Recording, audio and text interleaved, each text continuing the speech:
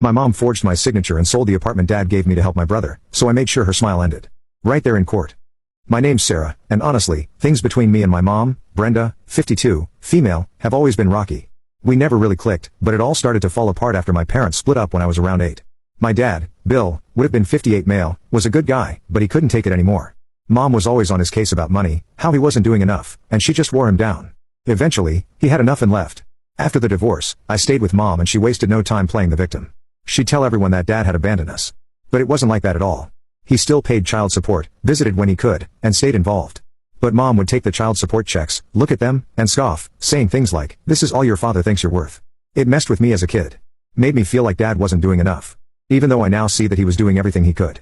Things got even worse when Mom met Tom, now 53 male, a contractor who seemed to be doing all right for himself.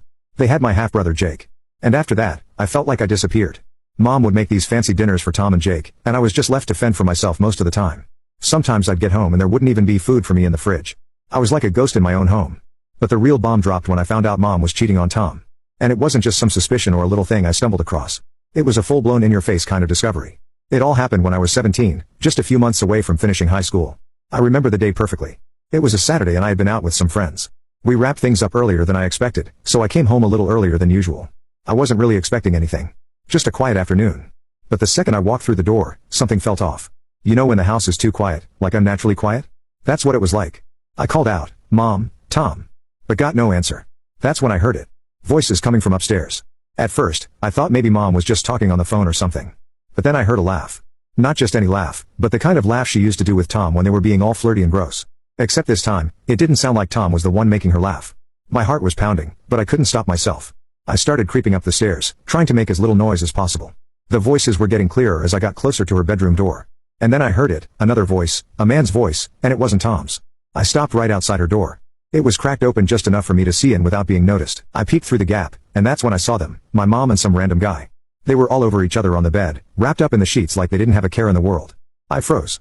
I couldn't even process what I was seeing at first. My brain just couldn't catch up with what my eyes were looking at. And the worst part, they were laughing. Laughing like what they were doing was no big deal. Like it was just some casual Saturday afternoon thing. Suddenly, I must have made a noise because both of them looked up at the same time. My mom's face went pale. She scrambled to cover herself with a blanket. And the guy, he just smirked. He didn't even try to hide what was happening. He looked at me like I was the one who didn't belong there. Like I was interrupting his day. "Sarah, wait. This isn't what it looks like," Mom stammered. But it was exactly what it looked like. She was caught.